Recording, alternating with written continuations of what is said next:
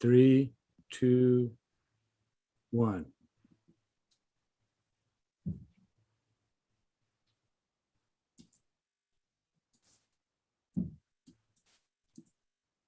Welcome, everyone. Welcome to our inaugural program of beautiful Black books on this most auspicious day, Juneteenth, our new federal holiday, long time coming. And thank you all for joining us here on Zoom and in YouTube land and out all the way out and everywhere else. Thank you so much. And, I've just got a few messages here for y'all, and I want to thank our great host, Tshaka Campbell, for taking on this show, and for our first guest, Dr. Donny Jackson, who will grace the show tonight. And let's get on with the show here. Poetry Center San Jose's mission is to nurture and promote diverse literary expression in our community as a means of exploring, defining, and enriching the human experience. In furtherance of our mission, we offer programs and services to stimulate passion for the literary arts and to inspire and support emerging and established writers as well. We collaborate with other organizations to ensure that these programs and services reflect the diversity of our community and to involve people from a wide range of backgrounds as audience and members. Now, Poetry Center San Jose is a member-supported organization and is funded in part by grants from Applied Materials Foundation, the City of San Jose's Office of Cultural Affairs, Poets and Writers, Silicon Valley Community Foundation, SV Creates, in partnership with the County of Santa Clara and the California Arts Council, with generous giving from Ann and Mark's Art Party. If you want to renew your membership, join as a new member, visit us at pcsj.org. We have many, many programs that your membership dues support, including the new Santa Clara County Youth Poet Laureate Program, and also the Santa Clara County Poet Laureate Program. And look on our website in the coming weeks for information about our upcoming San Jose Poetry Festival in September. You'll find also information about this program on Facebook, Twitter, and Instagram. Tonight's host, Tshaka Campbell, a husband and father, as well as accomplished artist and performer. He appears in print and in national commercials, and he conducts lectures and facilitates workshops in creative writing and poetry. He was voted one of the 25 people to know in San Francisco, holds 2 Grand Slam titles, and was a finalist for the 2020 Santa Clara Poet Laureate honor.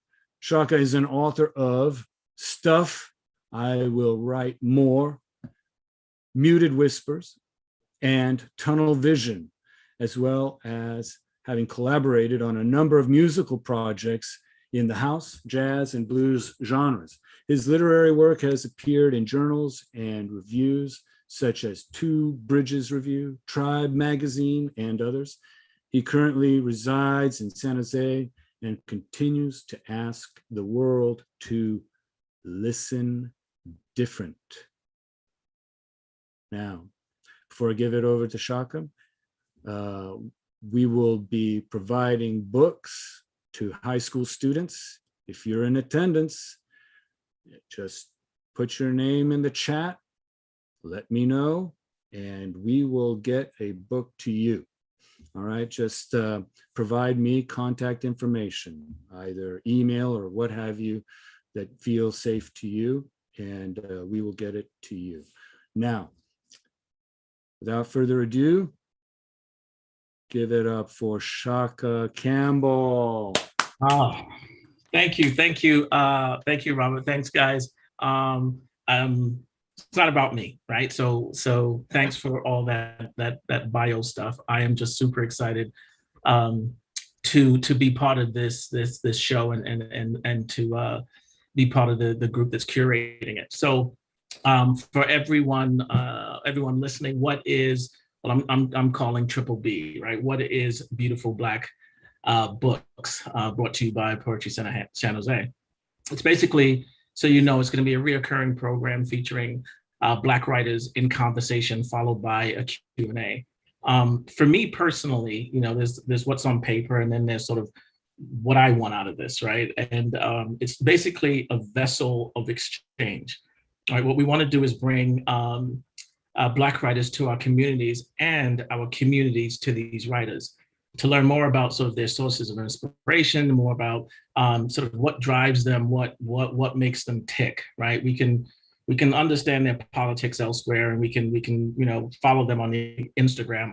What I want folks to be able to do is to get a sort of an understanding of the person sort of behind the work. So that's sort of my goal for this program. So with that being said, in our sort of inaugural show on Juneteenth, I am so honored to know this gentleman, both as a good friend and as a professional. So Donny Jackson, Dr. Donny Jackson, is a doctor of clinical psychology and multiple Emmy-winning producer, director in unscripted television, including CNN's United Shades of America with Mr. Kamal Bell, R&B Divas for TV1, The Bachelor for ABC, A&E's Teach, and Inside the Label for BET. Dr. Donny Jackson is also an NAACP Image Award winner for his producing duties on TV's One's music documentary series Unsung. But again, that's the bio, that's the stuff on paper. We about to dig. We about to get under the cover. So welcome everyone, and welcome Donny to the first program. I'm so pleased and honored for you to be here with us today. Thank you, my brother. You know, I love you, and thank you, Robert. Thank you, everyone, for tuning in, and I hope you'll have fun. I know I will always have fun with Tshaka. Indeed. Sometimes at his expense, sometimes at mine. often mine, but hey, that's okay. That's all right. All right. So you know, let's start off by telling people, telling the folks where you hail from. Where do you call home? I grew up in Pittsburgh, Pennsylvania, and I lived there, you know, until I was 18. You know, and then I went to University of Maryland. And then from there, I moved to Philadelphia, went to graduate school there, and lived in Philadelphia for a really long time before moving to LA. And I've been here for quite a while, a couple of decades plus. And this is home. Gotcha. Once you get to LA, you stick, huh? That's what happens. Yeah, so far. That's what happens. And you know, I'm going to take a step back, because what I forgot to tell folks is that just to give you a little bit of housekeeping, right? We're going to go through some questions and such with Donny. Then we're going to be blessed with him doing a reading for us, and then we'll go back to some questions. What I'd love for the audience to do, if you have any questions, I don't want you to hold on to them. Please put them in the chat, and then we will sort of correlate those, and we have a live Q&A session afterwards. So we'll go through those questions and any questions you may have at that moment. So again, just have to double back a little bit. All right, so I keep wanting to say Mr. Dr. Donny Jackson. So in LA, you are you mentioned that you're a I mean, well, put it this way: I can't even say there's one thing, right? There's so many things that you've done that I would assume have played a part in sort of how you write, how you present words on a page. Talk to us a little bit about how all those different experiences and all these different sort of lives have impacted your work. it's interesting. In terms of timeline, I've been a poet before I was anything else, and so if anything, the things that I've done since I was a kid have been influenced by me as a poet. Budding or struggling or veteran. Uh, I first fell in love with poetry when I was 8, and started really just being. I was fascinated with words, long before that, but poetry as a as a genre of how to deal with words. When I was 8 years old, so uh, and I started really working at it in earnest when I was in high school. And so what I realized in high school is that's when I got interested in psychology. But what I figured out is that ultimately I was really interested in how people tick, and words certainly were the first avenue for exploring that. But I didn't know how to make a living with words, out of high school or even in college. I was the first person in my family to graduate from college. So I didn't really have much of a roadmap, if you will. So psychology seemed like, okay, sure, I'm still trying to figure out how people tick, and I'll continue to write. But at least there's a discipline where I might be able to keep the lights on, in the meantime. And so poetry actually really influenced, wanting to know how people tick influenced poetry, and poetry then kind of kept me in that particular search in the detective work, the constant detective work of it. And then psychology became a living, and I got skilled at better ways to examine how people are put together, and I think most importantly, it gave me a much more of a reverence for difference than writing had, because it kind of explained how people are put together in a way that writing hadn't led me to yet. And so it just made me tolerant, of people that I might not have dinner with, but I understood better, how they got to be, knuckleheads or jerks or scared of stuff or unpleasant. But and so then when I got in, I'm fast forwarding, considerably into television. I continued to want to know how people behaved and why, and what motivated them, what scared them, what excited them, what gave them joy. And so, with the root of being fascinated by people and then finding words as a way of exploring that, but then realizing there are more ways to explore that, surprisingly, television in the way that I get to do it now uh, feeds that hunger. Long answer, but I think that's what brought us to today. Nice. That's wonderful. So, God, there's a lot in there, to unpack, right? No, I ramble. No, look, it's great. It gives me meat to play with. So, I love what you said about sort of what going into the field of and loving sort of what makes people tick, right? So when you think about that and you think about sort of the work you put out, and we'll get to your incredible piece of work soon, but just generally, when you write and you put something down on paper, sort of what is your intent? Is it for you? Is it for, like, what's your intent when you start to write? Oh, it always starts selfishly with curiosity. There's something that I don't get, or that I thought I did, and now I realize I didn't, and I'm trying to think out loud about it. And sometimes I think most of the time it's me asking questions that I don't have the answers to, in a way that I can put forward and hope that maybe somebody else has an answer. Not that they'll necessarily, let me know what that is, but at least that answer is out there in the world.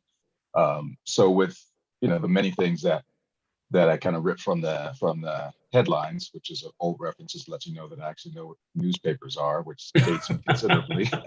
But let's say pulling off the news crawl, for if there's any millennials in the audience.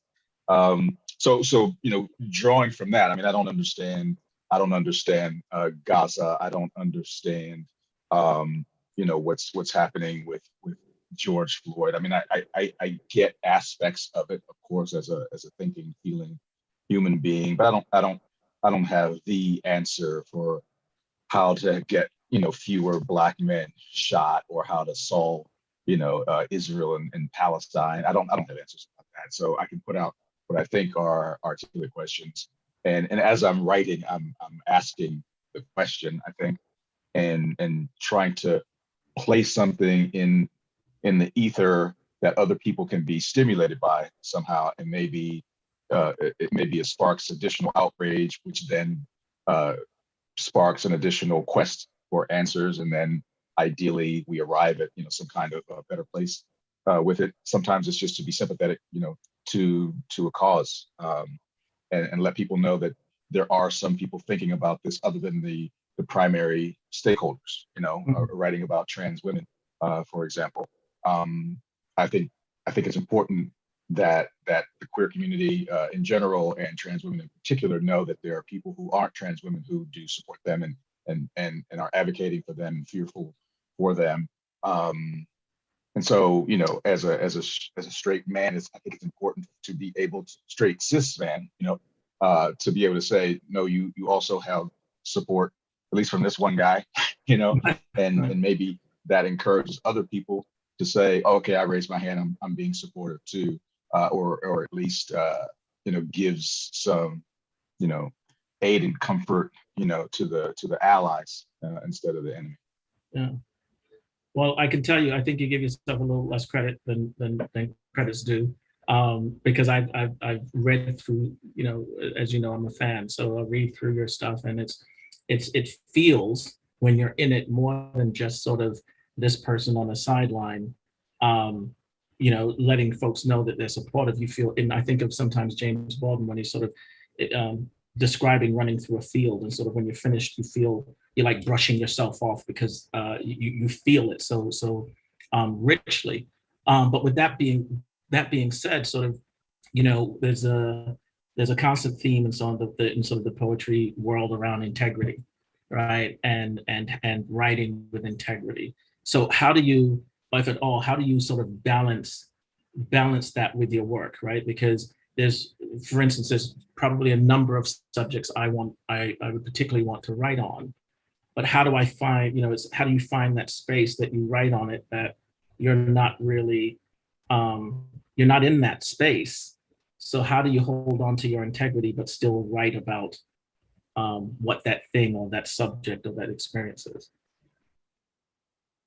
Yeah, and I can only speak from my own point of view, and I think there would certainly be people who disagree with me, maybe adopting a voice if I'm writing in a persona, whether it be as Khalif Browder, or a Mexican woman who's undocumented in this country, fearing for her daughter.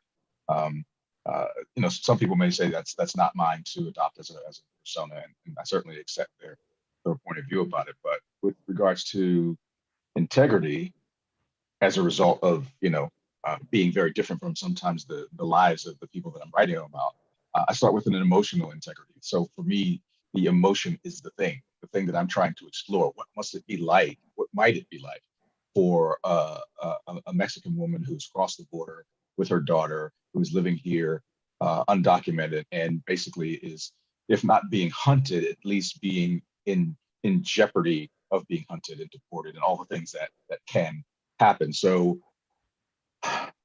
what I know to be true is that emotions are emotions, in terms of across the human spectrum. So even though I don't know what specifically that is to live, I do know what it's like to be scared. I do know what it's like to love. I do know what it's like to feel othered in the world. So by starting with that level of integrity and not lying about that, even though it may be a fictional situation, I'm not lying about the feeling associated with that. I feel like I'm not entitled, because that's certainly not the case.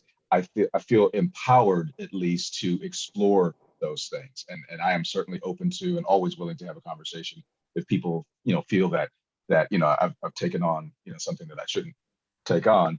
But I can always come back to my intent, which was to be true to the human emotions in this thing. And so if I tapped into somebody else's human emotions, then I feel like I was in the right frame of mind, and I kind of at least hit the target, if not the bullseye. I was in the zone. Right. If that makes any sense. No, that makes a lot of sense, and I would actually, you said something out there that I think was pretty important in the sense of, being an artist and being open to receiving a conversation from someone, right, based off of your work. I think too often folks sometimes read things, they may not know where they're coming from, and they form an opinion. I would urge anyone who's listening, seeing artwork, if they can get in touch with the creator of such thing, if they have a question, to reach out to them and see if they can get that answered. So I appreciate that as both a consumer and writer of work to make sure that folks are willing to do that, to open up themselves to sort of receive conversations. So, one of you touched on, again, the different pieces you bring to your work. How do you apply the skills from your other worlds into your writing? Well, I mean, if we're talking about television, for example, which doesn't seem to have an immediate, correlation to what I do as a writer, but I'm a storyteller, and so even with unscripted things, we're still telling stories, and I think there's still a fairly classic way stories get told, and conflict certainly being at the center of that, and being able to kind of explore that, that arc of figuring out what the hero wants, and how she gets what she wants and what gets in the way, et cetera. So there's still some of that kind of influence in my work. I think now that I know that what I do as a television producer and honestly, it reaches more people than what I do as a poet. I don't try to hijack poetry into all of my TV work, but and this is slightly opposite of what you asked me, but I will talk about it. But I have been able to bring some poets into my TV work, and so people that I want the world to know more about. So I've had poets in United Shades, and there are some poets that will be in this Apple series Dear that I'm finishing up, and so that's part of what I'm doing to try to have those worlds at least have a handshake with each other, because I think people who watch TV for a certain level of communication about what's going on in the world aren't always aware of what poets are doing that is parallel to and sympathetic to what they're doing. And so if you can kind of show, take the most ubiquitous kind of communication that we have, which is still television, and put a poet in it, there's a kind of tacit endorsement of that type of communication, that kind of drumbeat. And so it may make people more sympathetic to listen to other poets, but at least at the time they were watching TV, the bait and switch of it, I'm watching TV, but oh, geez, there's a poet, and now I'm going to listen to her. And so here we go. And so part of how, so it's not so much that work has influenced my poetry work, except for me trying to cast people into the TV world. If that No, that does. It does track, because that was going to be my next question, is the other way. How you feed it into the other side? So no, that answered my question. Now I'm going to put you on the spot, right? So I'm not going to tell you where we were, right? We were somewhere, and we were listening to some folks do work, and we looked at each other, and you said to me, and this is stuck. You said, if you're not going to elevate the topic or the subject, then probably don't write about it. I might have paraphrased that a little bit. But it was, I agree with that, though. Right. So talk to me a little bit about that. And again, without having the context of what we were watching or who we were watching or whatever, but just that context, I'd love you to expand on. What the dog whistle there for everyone else is Tshaka is saying, don't blow up the spot. don't tell stories that I didn't ask you to Wink, tell. wink, wink, wink, wink. Because he knows that I would. Oh, you mean when you were talking about blah, blah, blah? Yeah, and now here we are. Right. Yeah, look, there's levels to this, as they say. You know, in the pre-COVID world, you know, certainly I spent years, you know, listening to you know, lots of poems, you know, weekly open mics, bi-weekly open mic, and just a lot of stuff. And I'm it's very important for me to say it's vitally important for listeners to contextualize what they're hearing. That is, there are some poets who are just getting out. They're just kind of figuring out that they want to stand on stage and tell their story. And so I think that should be kept in mind when kind of evaluating the final score, if you will. Not talking about slam, but just, you know, your evaluation of it. Some people are just kind of working out how to tell stories, and they're still trying to get good at it. But in general, nevertheless, I think the if poetry is about beauty and emotion concisely, if I can use that as a definition, then also adopting that poetry, as all art is, and I believe this strongly, an act of persuasion, then you're always, when you're standing on stage or when you arrive in someone's house in your book, you're always trying to take them from here to here. Otherwise, what's the point? You know, like if you watch a movie and the hero doesn't progress and it's still at the same point, you wasted 2 hours. Like, why did I watch that? If nobody changed, why did I watch that? So if I heard a poem and I'm not changed in some way, why did I listen to that poem?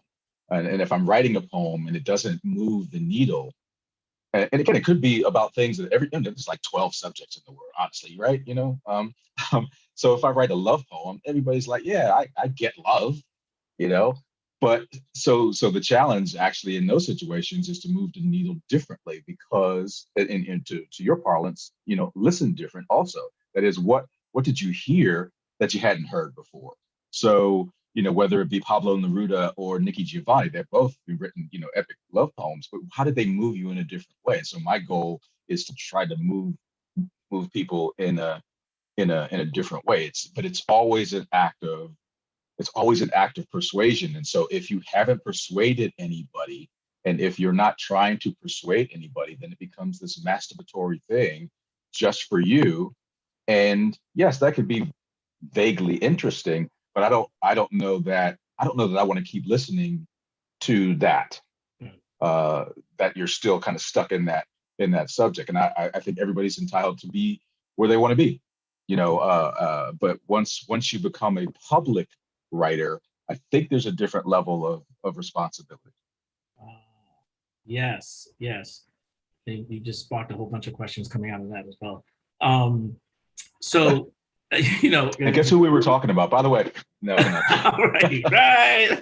And session over. So, you know, because I know we've always talked about sort of you want people to leave the room with something, right? You want them to leave with more than they came in with. And so we've chatted about that as well. So completely on board with you there. So what is your family? What does your family think of your writing? How much of sort of that space do you share with them, and what are their thoughts on it? I mean, imagine, you know, coming from, again, all these different professions. You know, what are their thoughts on it and what you do? Look, I write because of and for them. Mm-hmm. You know, me as a writer, my identity as a writer, I think is the first that I was distinct from everybody else in the family.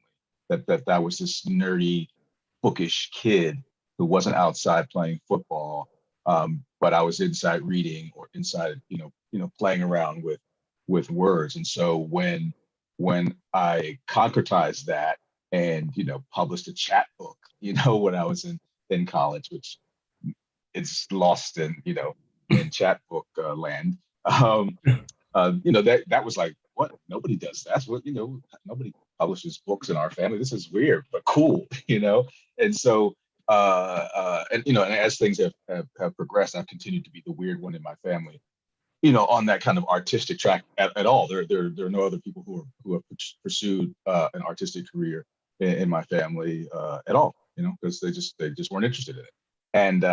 And so any achievements of mine are for them. I bring them with me, and I want them to be excited with me. As with the TV stuff, to be honest with you, they're way more excited about the TV stuff than the poetry stuff. They're asking me, like, who'd you meet? What was it like talking to Viola Davis? As opposed, and I post poems. I post hundreds of poems. I haven't had hundreds of conversations about my poems with my family. Every now and then something will bubble up because I've written about somebody that we're all related to. And so, I recently wrote about my grandfather, on my mother's side. And so yeah, I got some shout outs about that. But I've written about every single thing that you've ever seen on CNN. Right. And my family's just like, oh, that was really cool when you talked about, Breonna Taylor. It's like, no, there's a certain kind of stardust associated with TV because there's a mystery to it. But poetry is not as inscrutable, frankly, as or TV is not as inscrutable. So TV is like, oh, this is a cool thing, but we still don't know a lot about it. Poetry, yeah, we know a lot of people who write poetry or rhyme and stuff, and so we don't express as much curiosity about that. They love the fact that I do it. They've been really proud of the book, and they've been super supportive of it. Of me as still the weird kid. I just found lots of other ways to be the weird kid, and it gives hope for other weird kids, in the family. And so I couldn't be happier about that part. It's fantastic. Bring the family home. Bring the family along with you. I love it. Yeah. So, all right. So what are you reading now? We're gonna start getting into the book section. But what are you wow. reading? Yeah, I'm just all over the place. This is boom, boom, boom. I don't know. I mean, it depends on what kind of thing you want me to read. I can read. No. We're gonna get to that. No, we're gonna get to that. What I'm saying is, like, what are you reading? What are you reading? Oh, right? what I? Yeah, what novel? Yeah, not what. Novels are you reading? Yeah.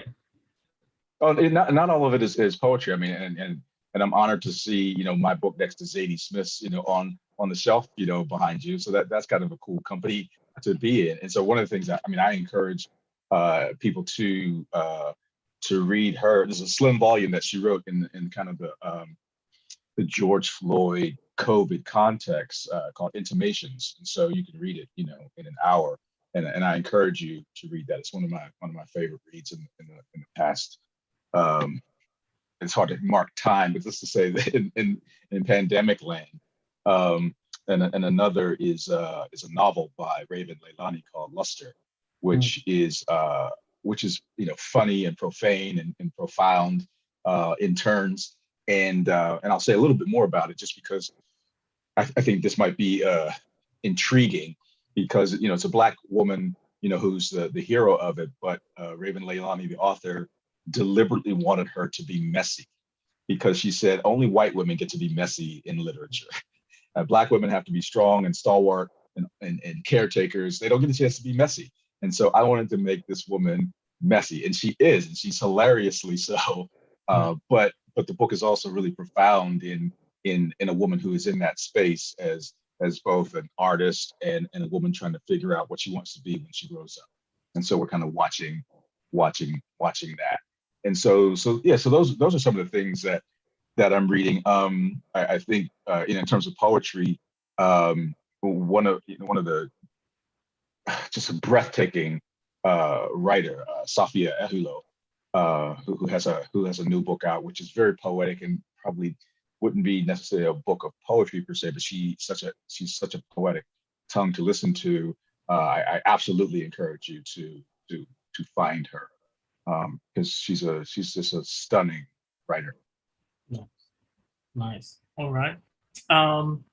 What would you say is these are the what if sections of our conversation. Oh, okay.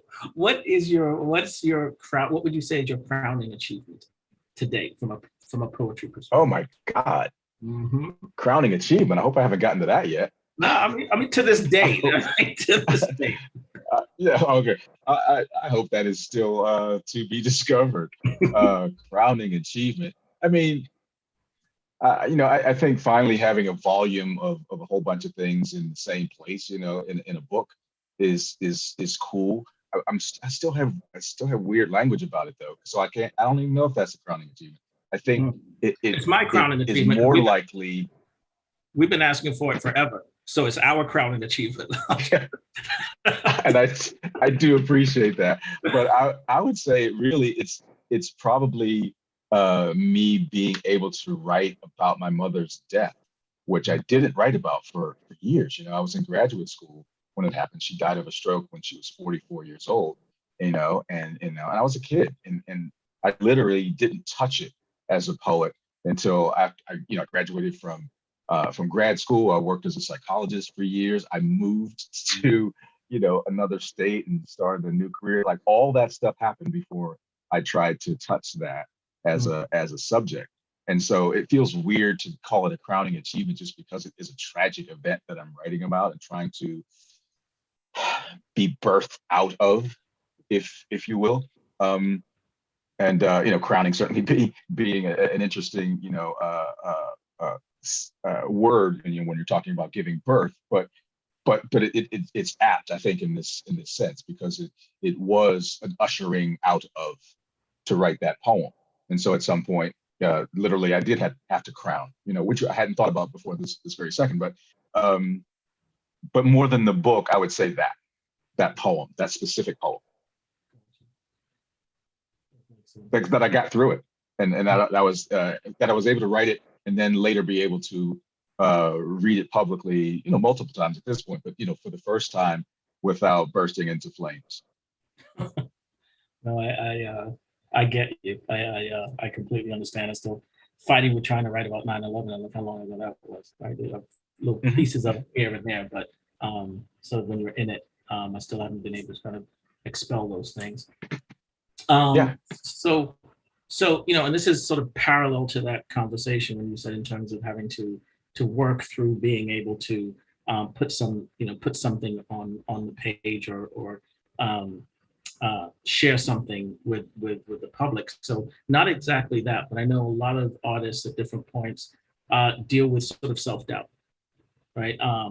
In whatever form or fashion. And again, not assuming that you have that, but if in fact you do, how do you handle those moments of self-doubt when it comes to sort of either putting the pen down or getting in front of people or sharing, any piece of work? That's a great question. I've never been asked that before, or anything like it. So give me a second. Absolutely. Here's like I don't have any doubt that I'll be able to finish a poem once I start writing it. Mm. I don't have any doubt about that. I don't know if other people are going to like it. I don't even know if I'll like it. I do know that I don't release it into the world until I like it enough, and so the doubt doesn't come from there. I don't even doubt that I will continue to write until I can't. So any aspect of self-doubt for me is this the time for this poem? Is it too soon? Is it too late? Is it too little? Is it too much? So the doubt is not about whether the poem can breathe life. The doubt is, is it, is it an angel? Is it a devil? Is it a dandelion or is it Godzilla? So I do think about those things, because there are some things that, even though I feel that I've kept to my emotional integrity about it, and I've told the emotional truth that I know how to tell, but because there are a few people at least that are following me, and we can talk about trigger warnings, which I don't believe in, and I don't therefore give them. And so at any given point, you could run into the brick wall of me talking about something awful on any given day. and so my doubt is this the day to drop this particular poem? Is it insensitive, or is it supportive to drop it today? Because sometimes I write it the day that the thing happened. I'm watching it. I'm like, okay, well, I can't let this go for 2 days, and here we are. And so sometimes there's not the proverbial counting to 10 before putting the poem out. And so, and I haven't literally, and I'm not, so this is not an exaggeration. No one has ever said, wow, it's way too soon for that poem. I don't really know if people care enough to kind of check me on that. So I'm not saying that the absence of that doesn't mean somebody was thinking it in their head and decided not to follow me anymore, and so people pick their battles in terms of what they want to talk about. And I certainly, when I have been engaged, in the internet stuff, once I decide to, then, I try to be, I'll say, formidable, in that space. So to wrap up this rambling answer, the self-doubt is about timing, not content. Once I commit to the content of it, I'm going to explore the beauty and the warts and all of it to the extent that I can in the time that I'm feeling like I'm ovulating it, and it's time, and I'm fertile enough to get it done. And so sometimes it's just like, and there have been occasions where I've held a poem. I've held a poem because it wasn't timely enough. Like this was the day I said I was going to, put a poem out, but this poem is too boring in the context of everything that's going on. And so it may seem insensitive, however beautiful it might have become, but because there were people rioting in the streets, or people getting shot or buried or burned alive, writing about, a fire hydrant might not have been the thing to do that day. And so it may have been too little because the day was so big. Fantastic. So that, look, there's this one thing that you tried to slip by, and I'm not gonna let it slip by. You said in that response, I don't believe in trigger warnings. Oh no, what did I do? He said, I don't believe in trigger warnings. What did I say? What is that? Talk to me a little about that, because I'm with you, but talk to me a little about that.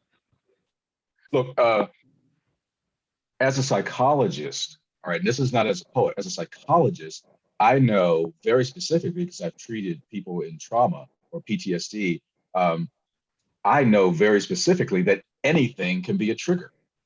So it could be, I could say frog, I could say cigarette, you could smell, grass, you could hear rain, you could be texturally triggered by a blanket. And so a trigger warning, just by definition, is a fallacy. You can't warn everybody about every trigger, because everything can be a trigger. So for me, I'm a trigger warning, period. Just my existence in the world and being able to say stuff, I'm a trigger warning. Deal with it. Don't follow me if you can't handle what could come out.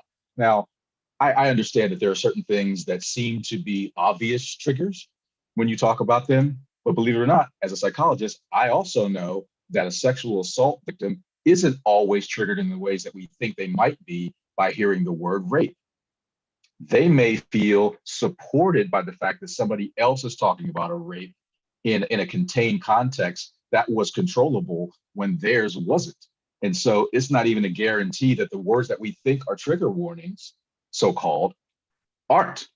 And so there's a naivete to saying trigger warning that I think that is misleading. And I understand what people's intent, but I also understand people's resilience. I also understand people's agency in being able to participate or not in a particular thing. So look, let's be honest. If you go to an open mic, it ain't all puppies and rainbows.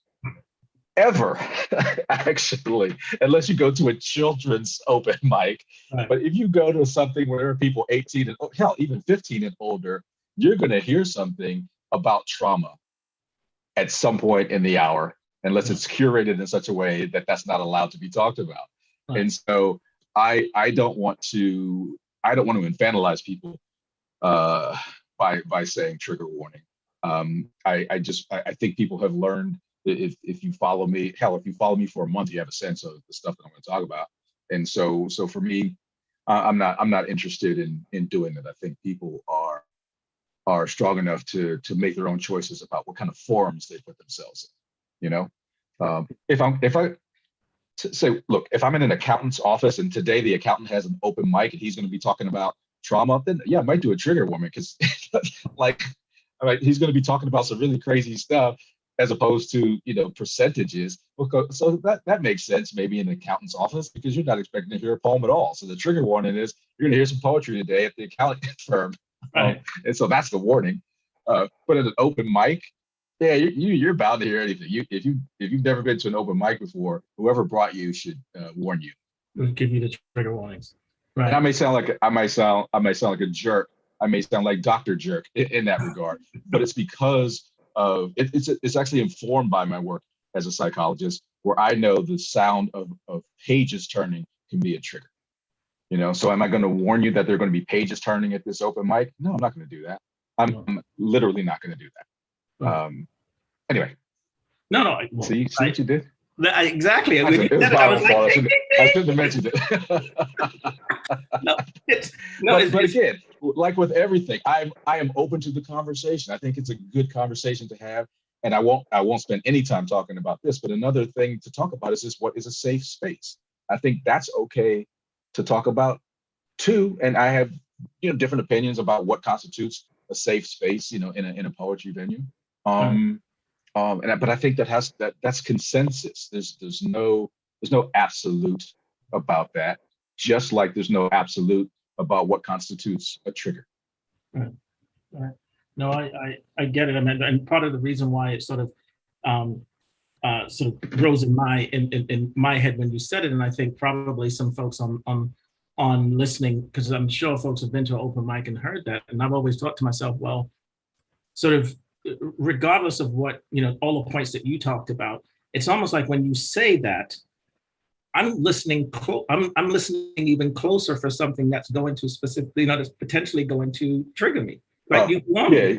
You've warned me that this is coming, so now I'm just like, really? Okay, so I know, but it's a spoiler alert. Yeah, it's almost like you're bringing me in even deeper to get triggered.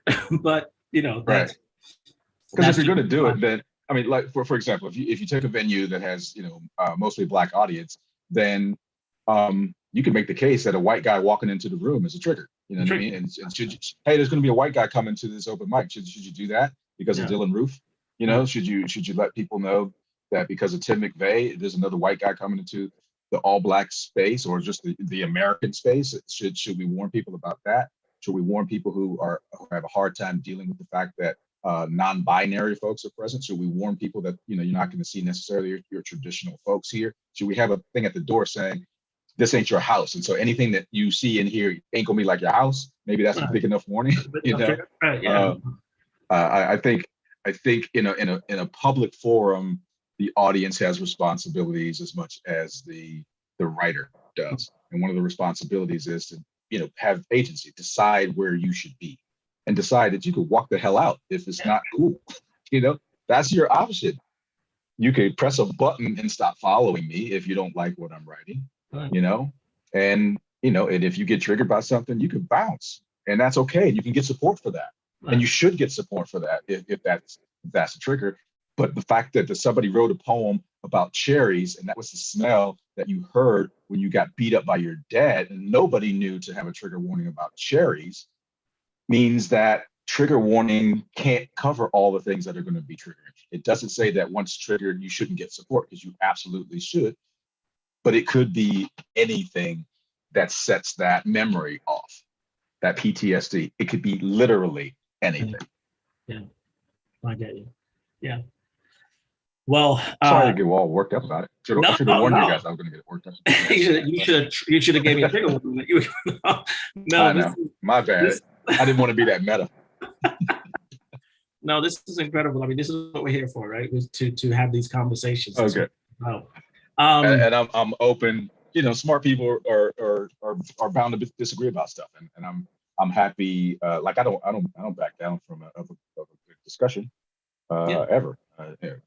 to a fault, honestly. So I'm open to it. Yeah. This is just one man's opinion.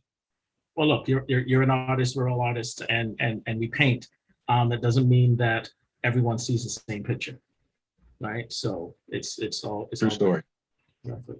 So look, what I want to do is Yeah. let these folks hear a little bit from you, and you presenting some of your work. So I want to transition into you reading us a couple of pieces from your collection. If you would grace us with that, it would be fantastic. I'm happy to do so. I mean, there's a bunch of stuff in there. Is there any kind of thing that you want to hear? I honestly didn't pick out anything in particular because I'm I trying would to read say, the room. I would say probably from pages like 1 to the end. That's how the book is. Can we start there? Yeah. I'll put it this way. I appreciate you. Can you start off with ice? And that there's something about that piece that just I don't know how to explain it other than someone I don't know, putting lemon juice on bear claws and scratching down my back.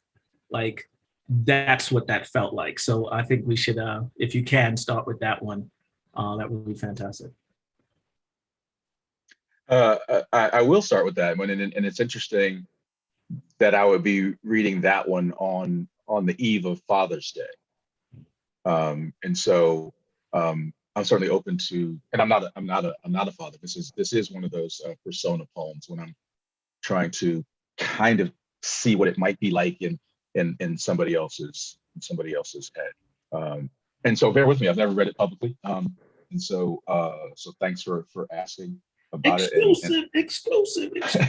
And honestly, I haven't looked at it since the book came out. That's fantastic. That's even better. At some point, it's like, it's out. Yeah. But as you find it, like that's for me, that's even better because I feel like sometimes when artists are used to presenting a poem, they get into their cadence, right, or they get into the sort of the flow of it. And I love when they're reading something that they haven't touched in a while because it's almost like they're consuming it at the same time that they're giving it to us, and it takes on a whole different flavor. So I'm even more excited now.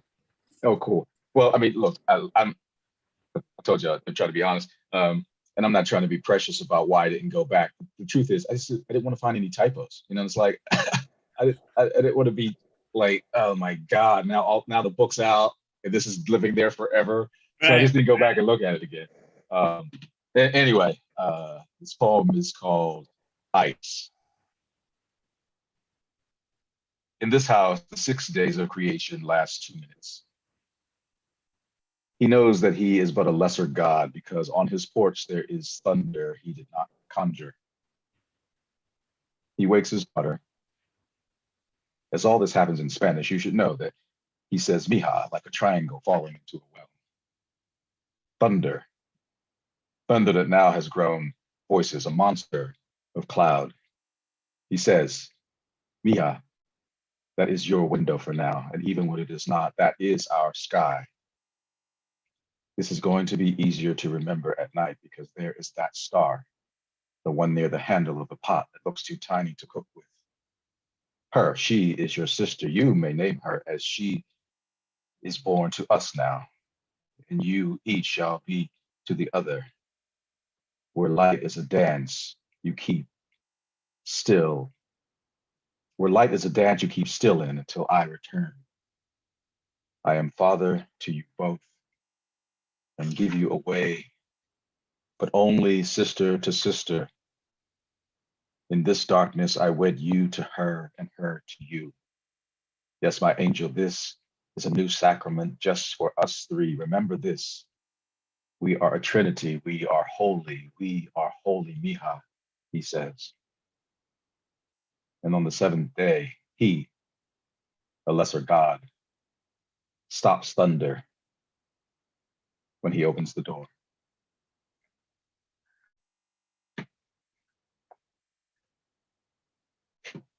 Amazing. So What's so interesting about that poem for me, and understanding where it's sort of on the surface where it's coming from. To me, the idea of losing, of things being ripped away, has so many other connotations in my world. And I think that's part of why it layers on for me, especially during the pandemic, especially having a daughter, especially as a Black man in America. So there's just so many layers to that. So appreciate and that poem. But give it. Again, I can feed the names to you, but is there anything you feel like you wanna read for us? I'll read one of the last section of the book is the most personal.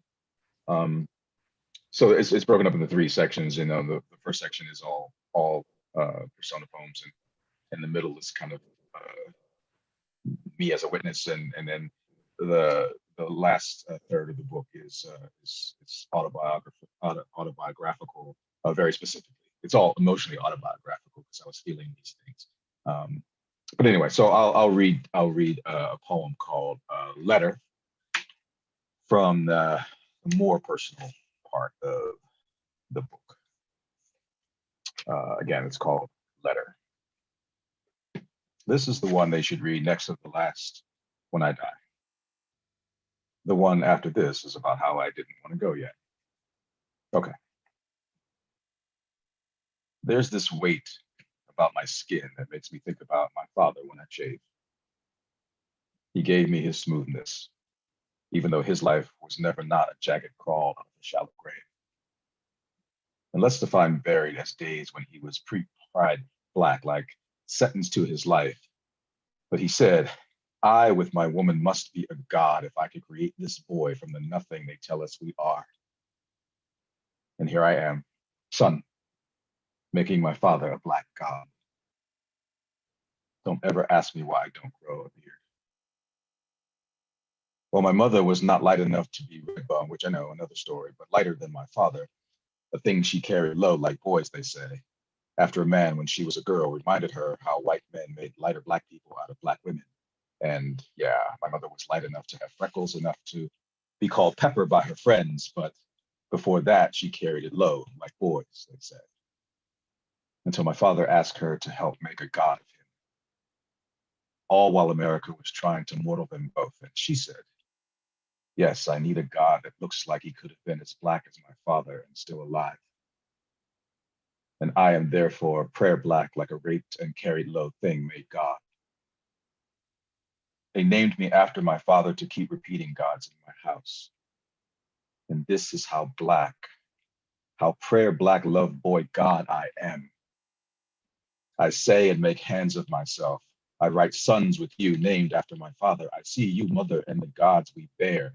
Prayer Black love blood gods repeated in our house we are. When I'm gone, remember that nothing could kill me before I said I love you like this. Black, like the beginning of everything.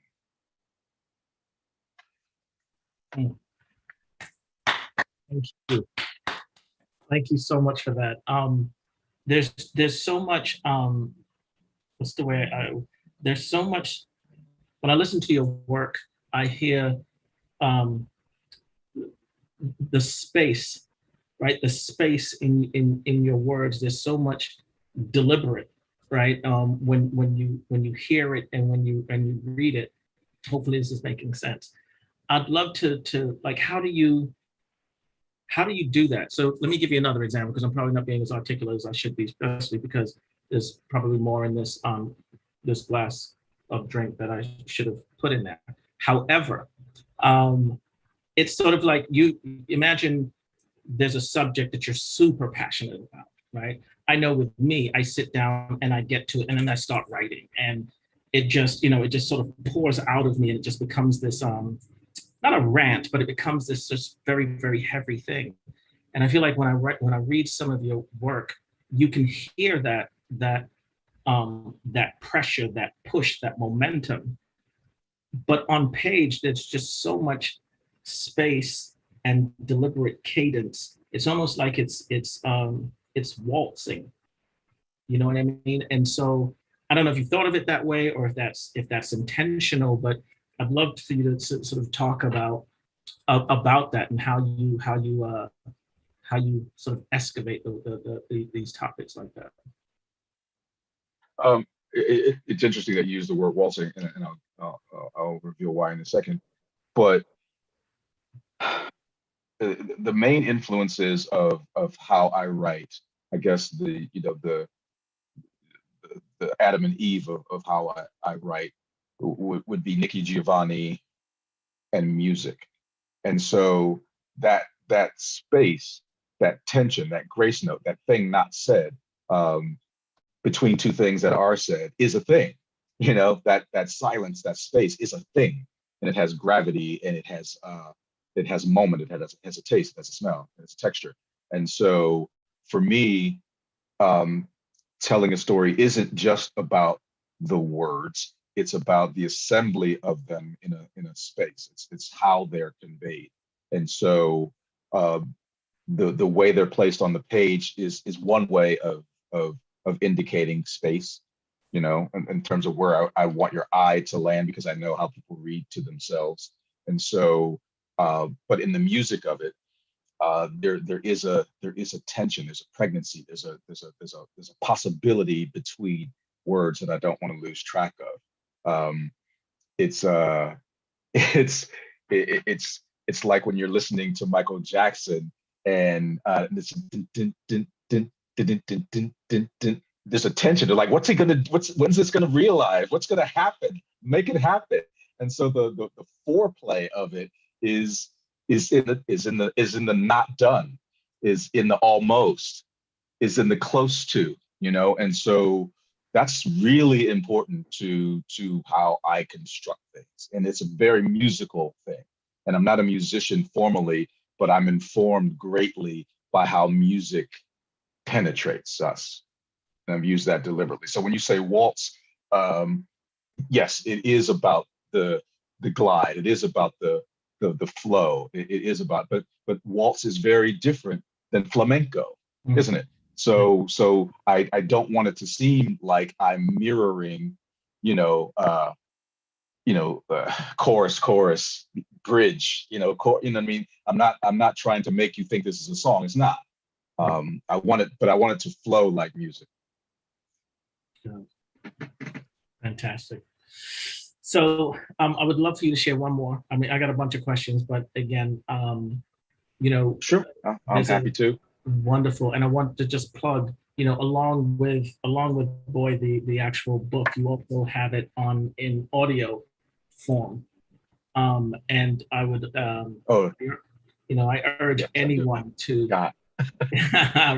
I urge anyone to experience that as well, right? Because there's something in the seeing it on page and sort of reading those words and reading it sort of in your voice, and then hearing those same words said by Don. It gives it a whole different feel. It adds like it's like the jelly to the peanut butter and jelly sandwich, So I urge folks to do that. So yeah. If you can share one more with me listen to me. I'm like, with me, because I'm not concerned about anybody else. You just want me. Just can you share one more with us? That'd be fantastic. I will, and thank you. And another verse, Tshaka, that I've never been compared to jelly before, and so so I appreciate you. That's what I'm here for. Was that a genuine spit take? I haven't seen that since Three Stages. That's awesome. So yeah. I mean, if I was arrogant, then I would go full Destiny's Child and say, I don't think you're ready for this jelly. Right. Then I'd also have to tell you that the name of that song is Bootylicious, which takes us into a whole new world that we don't want to be in. That's a whole different conversations with Tshaka. That's a whole different one. For sure. But anyway, the audio version of the book is on Spotify, and Amazon, and iTunes. if you go, one link that can take you to all of them is donnyjackson.herenow.com. But if you go to where you usually listen to music, it's there somewhere. So I hope you listen to it, and I appreciate you, Tshaka, for saying, you know, what you said about it, and actually reminding me that it's there, because I forgot. Because again, I'm not listening to it. How about I guess with your permission, a purely persona poem, Khalif Browder. And I won't say any more about it. If Khalif Browder is not familiar, then just look it up, and this will tell you a little bit about him, but not everything. Khalif Browder. They put me in and alone to protect me from the guilty and from the ones who are supposed to protect the guilty. I am in and alone 23 hours a day while they are waiting to see if I am a guilty. I am here then without being present. If this is innocent, how much more erased would guilty be? After a while, and alone brings dull listen from concrete, but echoes are not companions. Echoes are ghosts of my dead voice. I am Babylon. I miss my voice resting on someone's skin until I am a hum. Yes, a hum. The first year is a burial, and my thoughts are broken nails scratching at the coffin smell of this place. If only someone would gift me a bridge and let me write my splash on a river, cowardly air too frightened of what it carries to keep it aloft. I would be a fearsome lead allergic to alchemy in my fall, like a celebration bullet to the clouds reversing at its peak. The second year is decomposition in a fortress where I am neither king nor jester. And these are not days but albino nights, shunned simply for being what they were born. My spine is a column of fists, which must mean I am a riot. I don't remember my face or how faces face when they see mine. I am a knot. Year 3. It is year 3. And they say I am going home. I don't know what I or going or home are.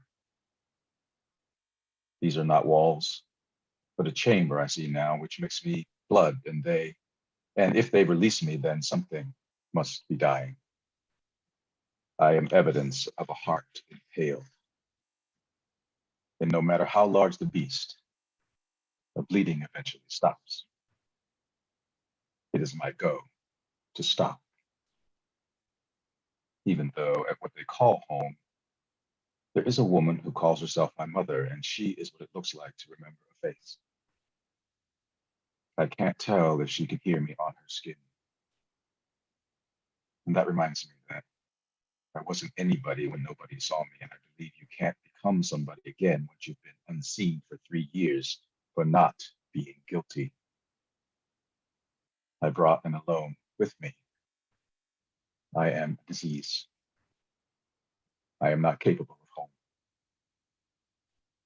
What to do next then is find a thread and fix myself ornament from the sky, which, if I was never here, is not really a goodbye, but the way I am supposed to be. A stitch in the wound that lets so much time out.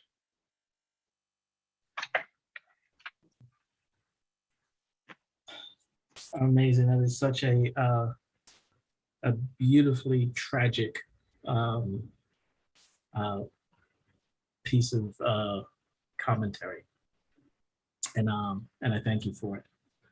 I miss Thanks for resting on someone's skin. Come on, man, stop it. Yeah. Anyway, so look, talk to us. I don't know if anyone knows. So we can see the cover of the book behind you, guys. Here's the book as well. I don't know. You probably can't see it because that didn't. It's invisible now. Yes, exactly. Another one. Yeah, Robin has it up. There you go.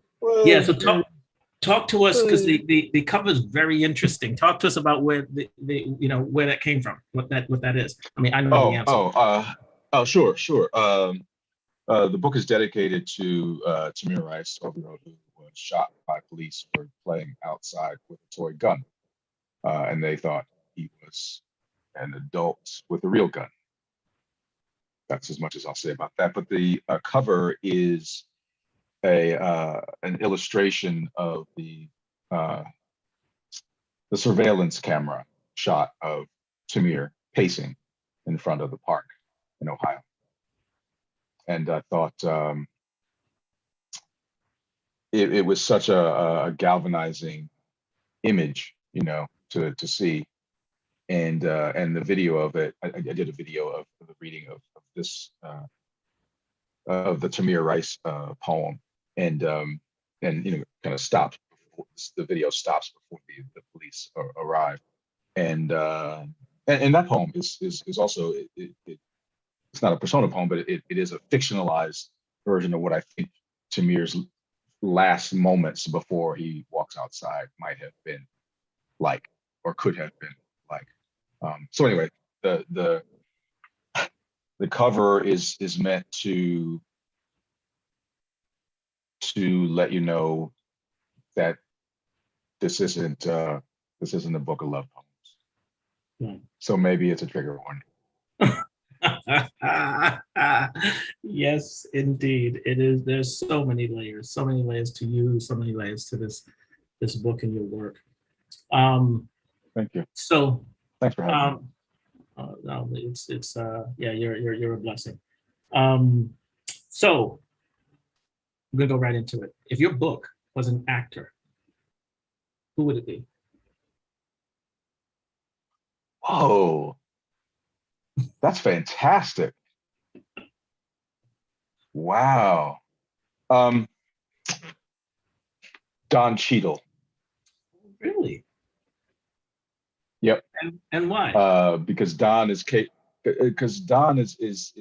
capable, and this would be about my reach more than my landing. His ability to span a great deal of ways of telling a story, from comedic, which I don't do a lot of comedic poems, but in terms of the kind of the lighthearted truth of what comedy is, and the grave of Hotel Rwanda, in terms of being able to tell a very true story, but inhabit it as a person who didn't live that story. So it would be Don Cheadle in his effort to be a chameleon in those spaces, but a chameleon that's telling this truth, wherever he happens to be. Yeah, and the take on that subject and be that. Fantastic. Okay, so if anybody knows Don, just reach out and tell him that I wrote him into this book. Exactly. Intent. What would you say? What would you say is your interesting sort of writing quirk? Everyone has some kind of quirk, whether it's how they write, when they write, what they write with. What would be yours? There is one. I'm not going to tell you that one, and I'll have somebody else tell you that one if I die before the rest of you. But there is one very specific one. But the next one would be that there's almost no punctuation in any of these poems, in the traditional way that we think of as punctuation. But line breaks and spacing and typography are ways of doing the things that punctuation is meant to do. But I want people to read different in the way that you want them to listen different. And so I don't want people to have the cues that are usually there. Because if I put an exclamation point in a particular place, what you're supposed to be feeling, Yes. And but I don't want to do that. I don't want to deny people their opportunity to be the exclamation point, or the question mark or the colon. So that is a quirk. Yeah. But I didn't invent that. I mean, that's part of the inspiration from Nikki Giovanni and the poets of that era, in terms of lowercase and lack of punctuation. And so I've held on to that for a very long time. Not exclusively. There may be times when you could see punctuation, but 98% of the time over the course of decades of writing, there isn't any. Yeah. Except in the title, maybe. Yeah. Gotcha. Which makes, I mean, divorcing yourself, being able to divorce sort of yourself from it and having folks experience it as they experience it, when they experience it, I think is phenomenal. There was a point in which you switched to doing just haikus, right? It was just going to be all right in haikus. Why? Remind us why, how that happened and why? Because it's there's some of the same aspects, right? But then some of it's a completely different skill set as well. Well, back to timelines. When I was in graduate school, and I was still in Pennsylvania, doing the professor thing, I at some point I was frustrated with my poetry. I felt that it was too wordy and wasn't clear enough and crisp enough. And so I gave myself the boot camp of spending an entire year of writing only haiku. So I it was just that was the CrossFit of it, for me. And so what, once there was a social media and once there was, a community of people who were posting and reading poems online, that year was actually a callback to years before, where again, just trying to be more lean, just trying to get rid of some of my own personal cliches in terms of my writing, the overuse of certain words or phrases. And so haiku, the 575 of it, the 17 syllables of it, kind of demands brevity, by its very definition. It demands a certain clarity, a certain crispness. And so I wanted to just kind of return to that as a way of telling my writing spirit, I got you. I haven't forgotten that, we need a workout, we need a tune-up. And so I did that. Wonderful, thank you, because that was an alley-oop. Like, I really wanted folks to not only know that you're just instinctively sort of a great writer, but that you work at this, right? You put work into this, and the self-evaluation of that work as well. It's like just for any other younger folks listening or early writers, it's sort of the idea that this is always this constant sort of bettering and optimization of yourself as you write is something that's necessary. And I know that you do. This is something that you actually that you work at. And so those important. Thank you for acknowledging that. And the haiku that I think summarizes this best that I've written is, I'm not a poet, I'm the ground words crawl across to get next to you. Nice. That's so that's, yeah. And there it is. That's the point. That's the point of it for me. But yeah, so yeah. Cool. More all questions. Right. So three people. Or anybody else. Oh, no. No, we didn't get to them yet. It's still me. It's about me right now. Okay. Three people in an elevator for 3 hours. Who are those 3 people? You're stuck in an elevator. One of them is named behind you. One of them is behind you, Donny Hathaway. Yes. Toni Morrison is another, and Muhammad Ali is the third. Why Muhammad? Why Muhammad Ali? Because very few people in their activism sacrifice everything. And he did. He was at the top of his game and said, there's a principle that's more important than me being at the top of my game. And there are very few people who take that kind of stand. And it's not that I have questions for him in that elevator. I just want to shake his hand and say, you're dope. Thanks for doing that and showing that it's possible to do that. Period. Indeed. Okay, cool. So you're judging a slam. Well, you don't have to judge a slam, but this is a slam. Who's going to win in this slam between Langston Hughes and Maya Angelou? Oh, wow. Langston Hughes. Why?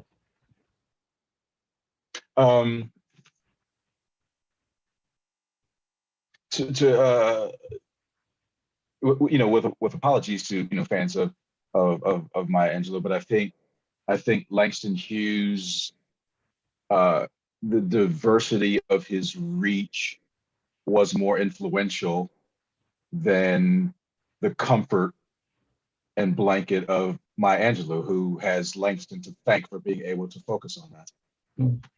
Okay. Another slam, next day, Neruda and Rumi. Who wins? Oh wow, Neruda. Wait, but let me wait. I have a clause to this. That's really hard though. Right. I have a clause. Elizabeth is like, what? How dare you? Exactly. But wait, this is look, she's listening. This is a 1 minute poet slam.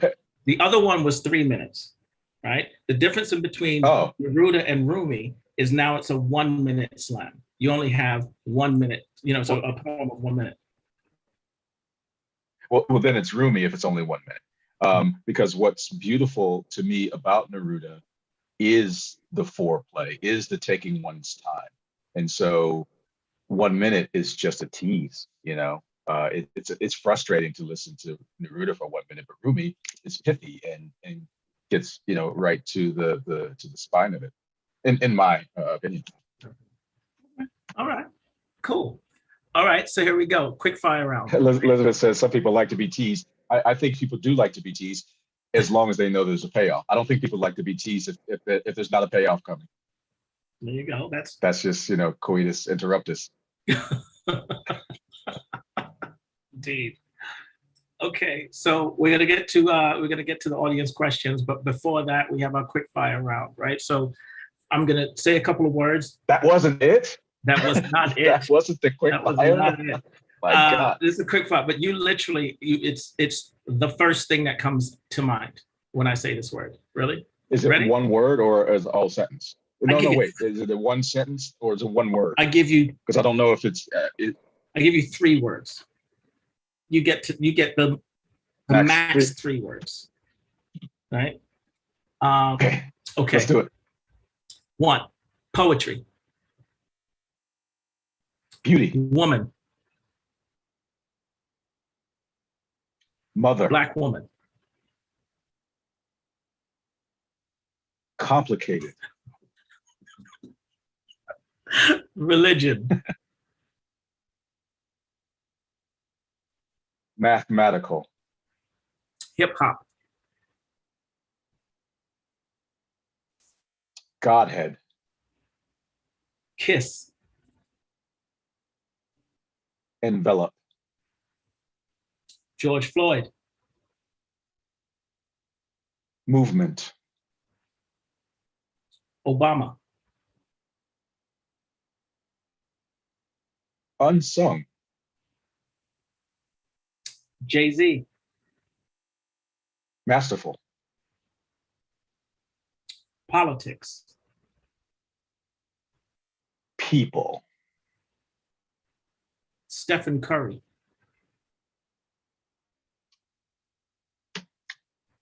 I don't know. Yes, I don't follow basketball. I know who he is, but I don't know. He doesn't register to me, actually. Gotcha. Okay. I got two more for you. By the way, that wasn't one word. That wasn't one word. Stephen Curry. So you cheated. No, you only have one word. This is my house. I had up to 3. True. Anyway, we'll look at the game tapes later. Exactly. Who was it? Now in my head, it was. Are we still doing this? Are we still in the middle? Yeah, you got 2 more. Need to know how nervous to be. Okay. Yeah. No, you got 2 more. Retirement. Okay. What? Question mark? Oh. That's my answer. That's your answer. What? Exactly. And the last one is linguistics. Blood. Nice. And that is the way to end the quick fire session. Perfect. All right. So I've had so much fun talking to you. I want to make sure that we let the audience and the lovers of your work to get an opportunity to ask some of the questions, ask some questions to you. And I don't know if Rob, if you've gone through these at all. I know folks have been putting them in as we've. Oh wow, there's a bunch in the chat. Yeah, exactly. Chat, there's a bunch of stuff happening. Man. I'm just going to go. Yeah, well, I'm just going to go from Thanks top for having me. As you know, I'm not a real fan of talking about myself, and so, but when you ask, of course, I would do anything for you. And so you've made this. I was going to say painless. That's not true, but you've made it less painful. No, I know this about you, but the world needs to know, right? And everyone needs to know. Well, thanks for believing that to be true. I'm also all right. So Elizabeth, how does the field work of psychology inform your work as a poet? I think you kind of touched on this before, but I touched on it a little bit, but what I will add is that my work as a psychologist made me less afraid of exploring certain things as a poet. And so what it taught me, I talked a little bit about this, is that it made me more tolerant of a range of how people can be, but psychology also taught me that I can dive into the abyss and, at least so far, always find a ladder out. And so psychology taught me that. Poetry hadn't taught me that yet. Wonderful. All right, next question is Daryl BRY. I'll just say it because I'm gonna butcher people's names, so I apologize for that in advance. But he says empathy seems to drive your writing of your personas. Have you found in your work to be received with the same sort of empathy? Daryl, you hit the bullseye. It's the most important human thing that I want people to do more of, is to be empathic. So thanks for just bringing that word into the conversation. But I will say that people's commentary of about my work hasn't used that word. They may have said things that mean that word, but people haven't said it specifically. I do believe that if you like a Khalif Browder poem or a poem about a dad, when ICE comes to the door, that somehow you've co-signed my reach for empathy. And so if you like the poem, I presume that that's one of the qualities of it that touched you. The ability to change perspective, which is something that isn't taught enough in school, and it's not taught enough in human interactions where we ask it of each other. And but it's also a thing, when you do it well, is a very attractive quality, and it brings people closer to you. Thanks for asking about it. Another great one from Elizabeth, and I hear this all the time, so it's such a great question. She says that as artists, we're constantly bombarded by issues of social justice that demand that we raise our voice and take a stand. At times, it can be exhausting to respond to everything. How do you choose where to focus your energy and sort of what to respond to? Oh, the first thing is I tell myself, I don't have to respond to everything, because not everything I think I can do any kind of justice. Some things don't. I haven't written a poem about Steph Curry. Sue me. You know what I mean? Steph Curry hasn't reached. But I have written about sport. I wrote about Kobe. Before he died. I've written about sports figures. At times. It depends. There are certain things that I find interesting that I think I could explore. And I think in terms of the choice of it, I have to go back to Tshaka's original setup. If I don't think I can elevate the topic in some way, and elevate doesn't mean that I'm more profound or smarter. By elevate, I mean if I can't raise intelligent questions about it or pose a point of view that gets other people to think about it and move the needle in a different way, then I don't write about it. And so, or I don't write about it when it's happening. I might write about it, a long time after. I was living in Philadelphia when the city of Philadelphia bombed a neighborhood and burnt it down, with the move tragedy, May 13th, 1985. I was watching that unfold in real time on television. I didn't write about it for years. I wasn't even living in Philadelphia when I wrote about it because I couldn't.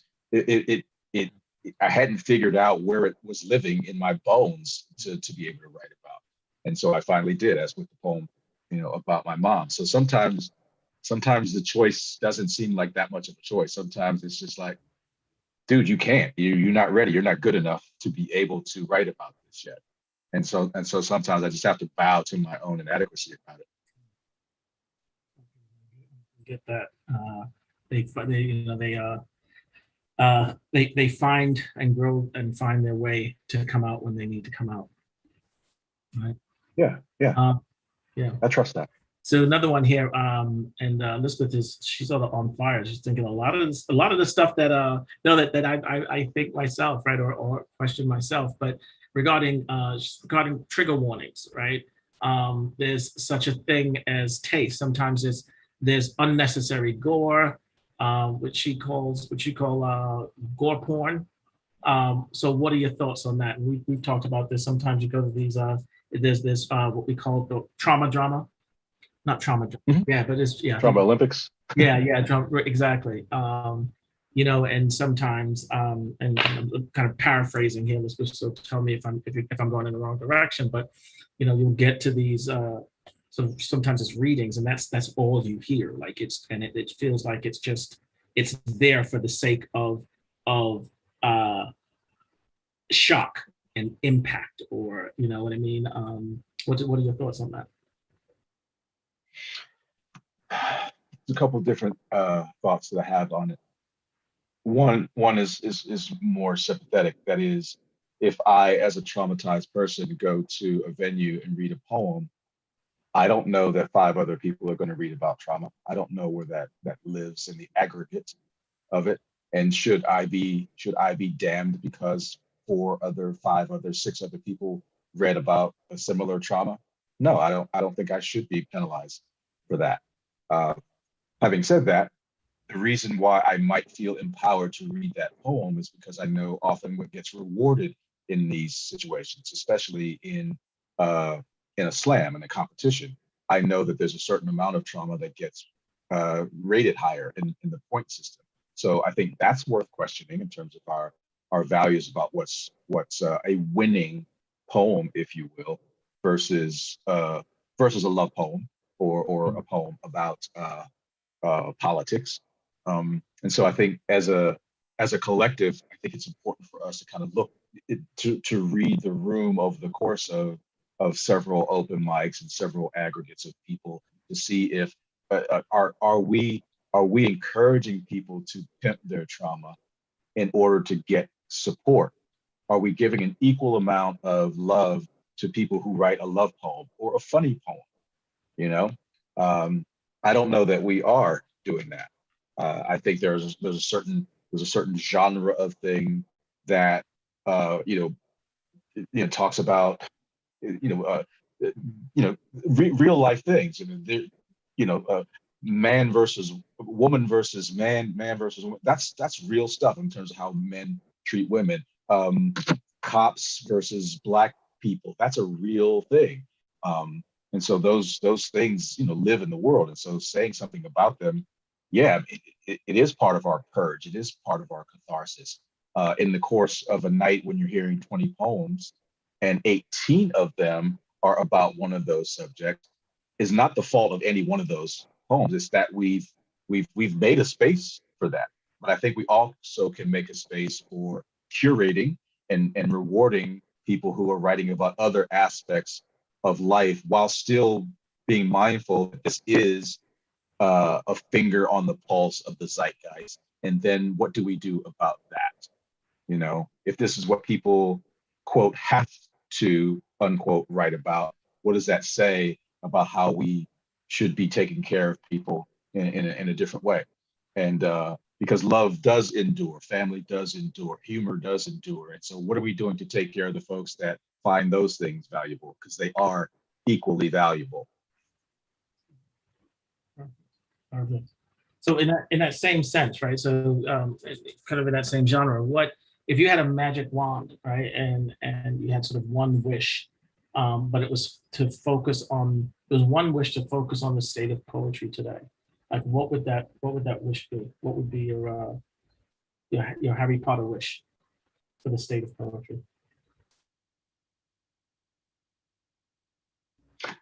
It's related to what I was saying before. I think that I want to have mentors saying to writers, whether it be veteran or budding, that when you're trying to write a poem, a beautiful, concise, emotional poem, where's the truth in it? And are you being honorable to that truth? Are there other truths that you might explore? But going back to Daryl's question, where's the empathy in it?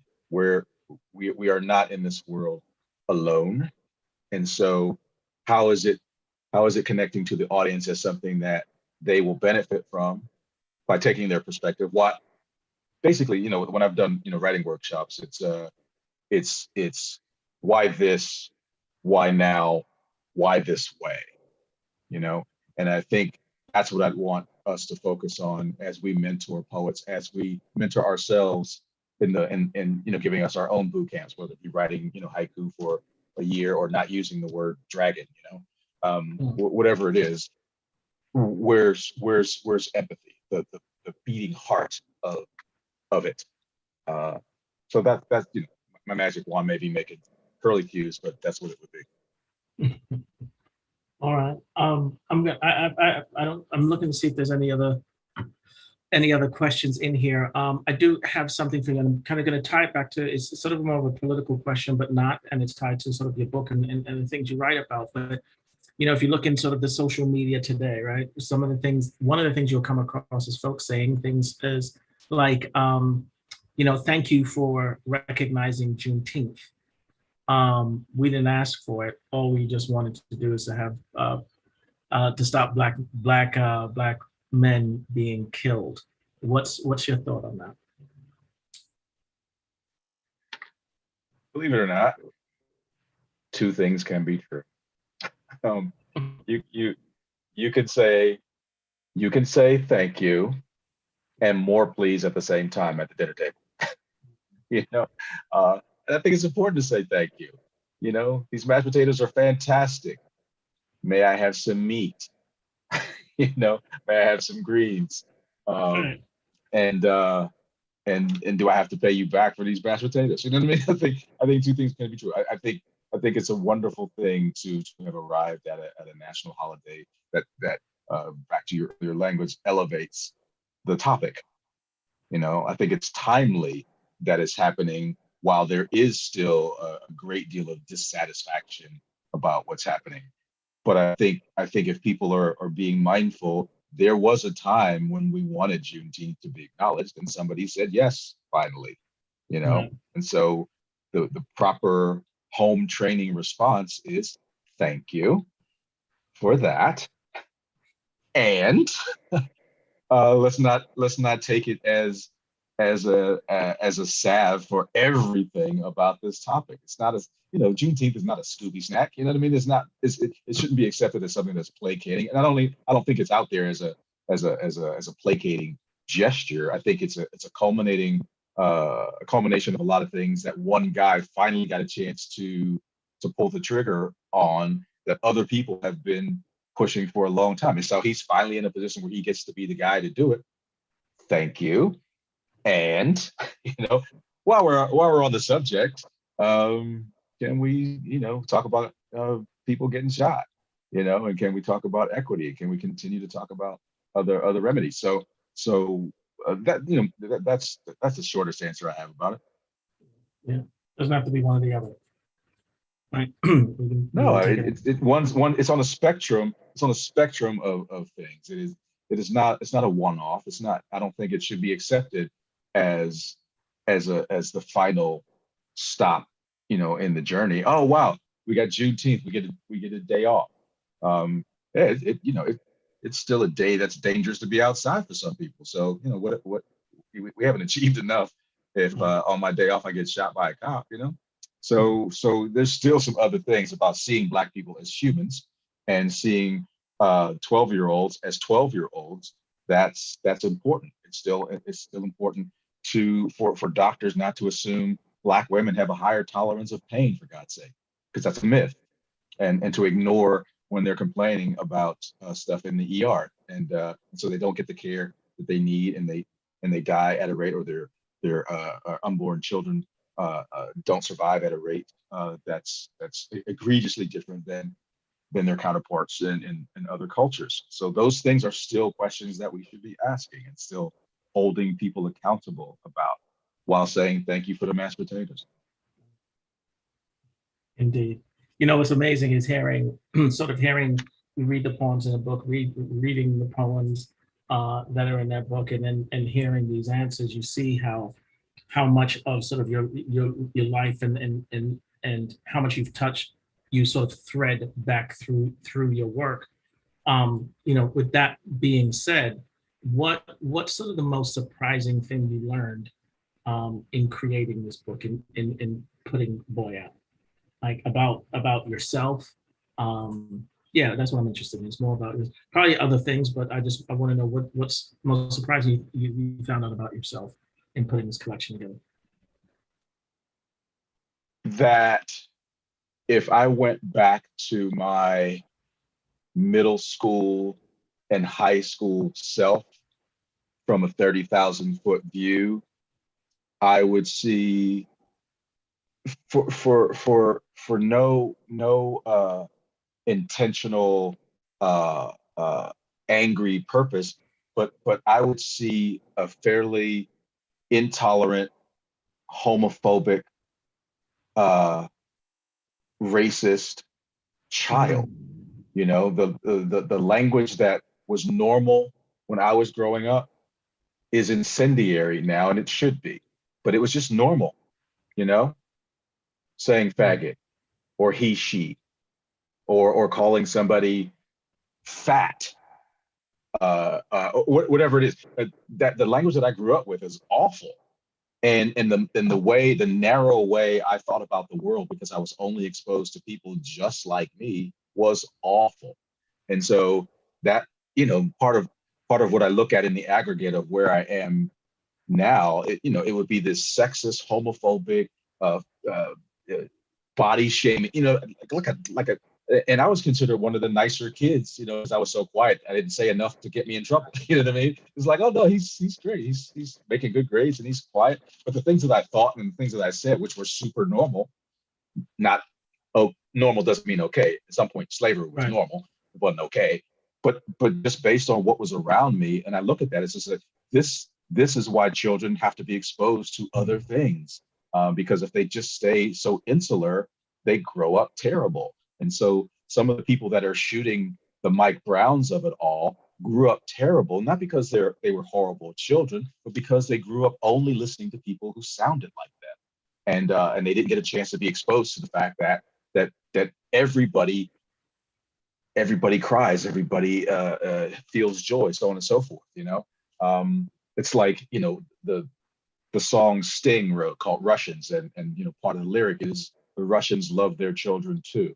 And it was a plea for empathy, you know, that we're not the only people who love our kids and are afraid for our kids, or want to protect our families. So the book just kind of reminded me of how small my thinking was, you know, as a kid, until I got exposed to other things and got exposed to the relativity of stuff. And I'm a Black kid in America, so you imagine that a white boy in America only spending time around white boys can explain some of the anger and the vilification and the violence that happens because white maleness in America, at the very least, is at the top, you know, of the prized ways to be. And so there's actually less of a impetus for empathy if you're at the top. Like, why should you care? Let them eat cake, you know? And so if I, as one of the people at the bottom, was lacking empathy, you can imagine how much more virulent that becomes when you get to the top. So the book taught me that being small isn't evil, but it can become a terrible thing. You know, it's ignorant. I don't believe in evil. I believe in a very human badness that people are capable of. But evil sounds, impossible to reform, and it sounds mystical, and I don't really believe that. I think all these things are human things, and so, I certainly went down the path trying to answer your question. But what it taught me is how awful I could have become. Mm. Now that's super interesting. I think what it also triggers for me is what it also reminds me of is this conversation, especially at the beginning of the of a sort of pandemic, and when everything was starting with George Floyd and more. This whole concept of, it's not, as a Black person, as a Black man, it's not my job to teach you, right? It's not, in this day and age, and there's sure there's many many sort of pathways of that conversation. But when you look at what you put together in this collection, would you do you think that this collection is something that you would give someone to say, okay, well, it's not my job to talk to you through this, but you know what? Read this book. And I don't know if that's coming out as clear as because what I'm trying to do is sort of understand teaching people, having that conversation with not having the conversation. But to your point, if you're not being raised or you haven't experienced that world, how do you know? Yeah, no, look, as narcissistic as I ever become, which we will not talk about here, I would never purport to think that my book could be kind of the Bible, the Oracle's guide to all things Black and oppressed, because that's just folly.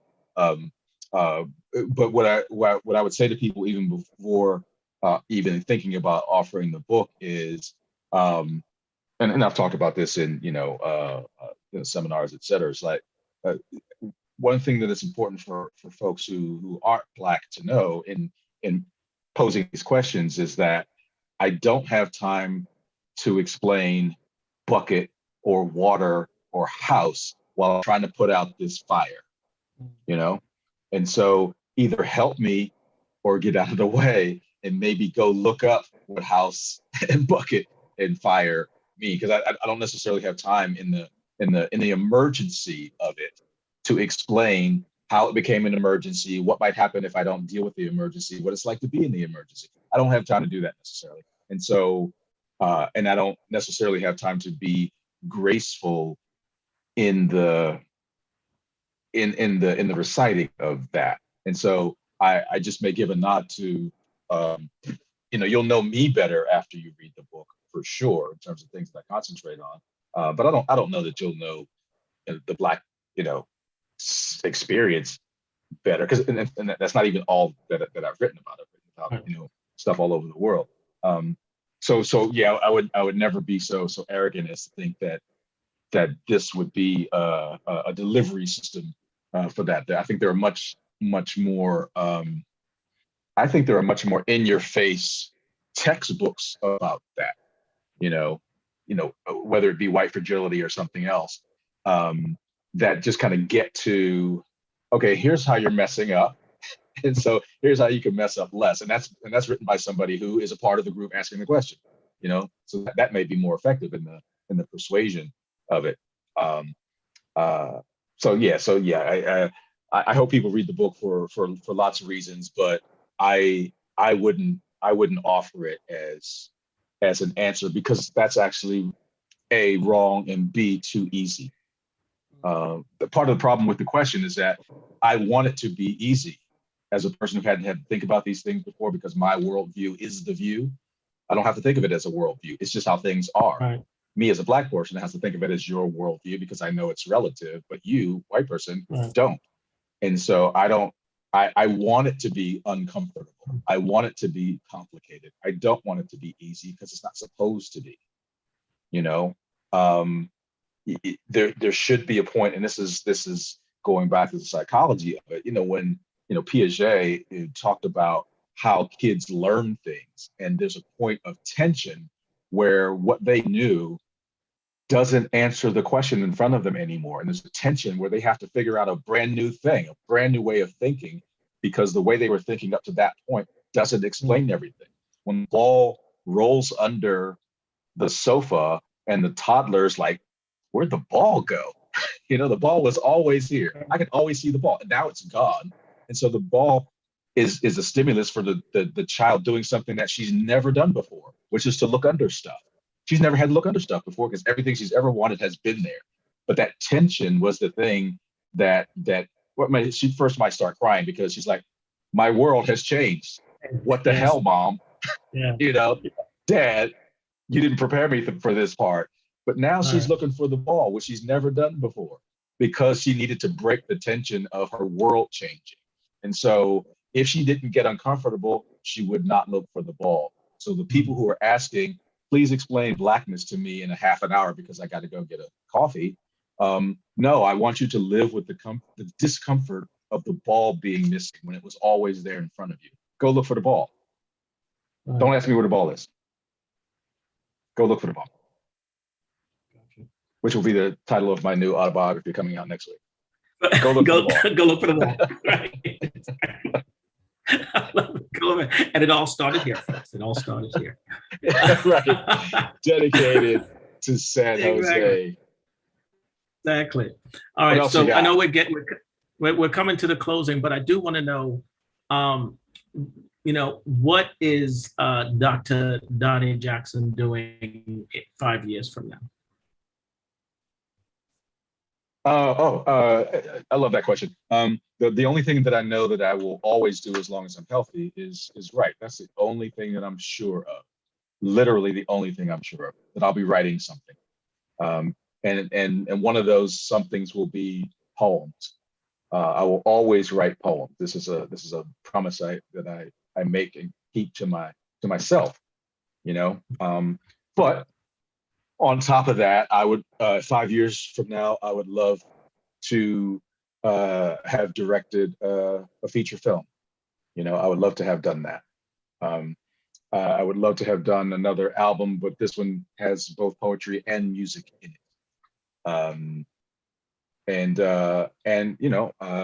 To explain this hat, I hope that I will be the beneficiary of a cure for baldness.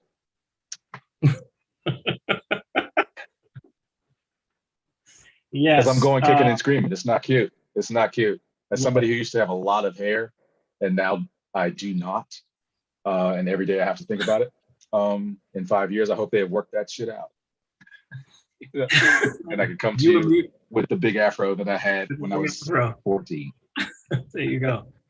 You and me both, my friend. You and me both. Thank you, Robert. I can't thank you enough for spending the time with us. I don't even know if I have the words to talk about how amazing this was, how enlightening it was, how thankful I am that you sort of had fun with me here and peeled away some of the covers and let us see what sort of was under Dr. Donny Jackson. So thank you so much for that. There's so much that you've done. Thanks for asking me.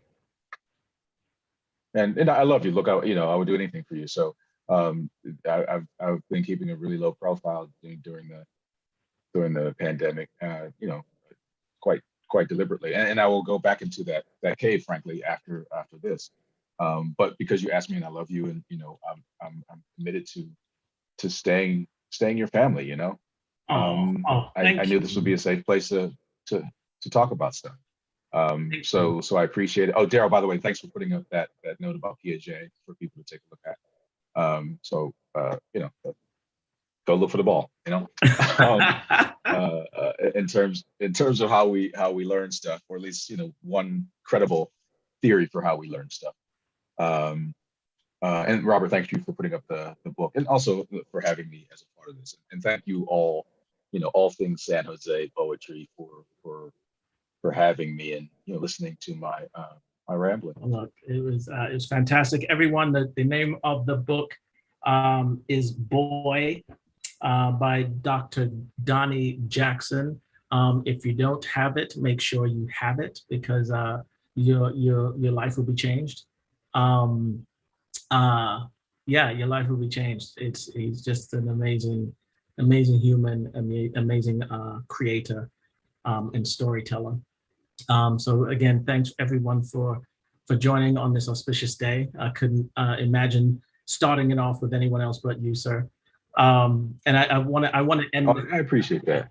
I want to end this with this. Go ahead.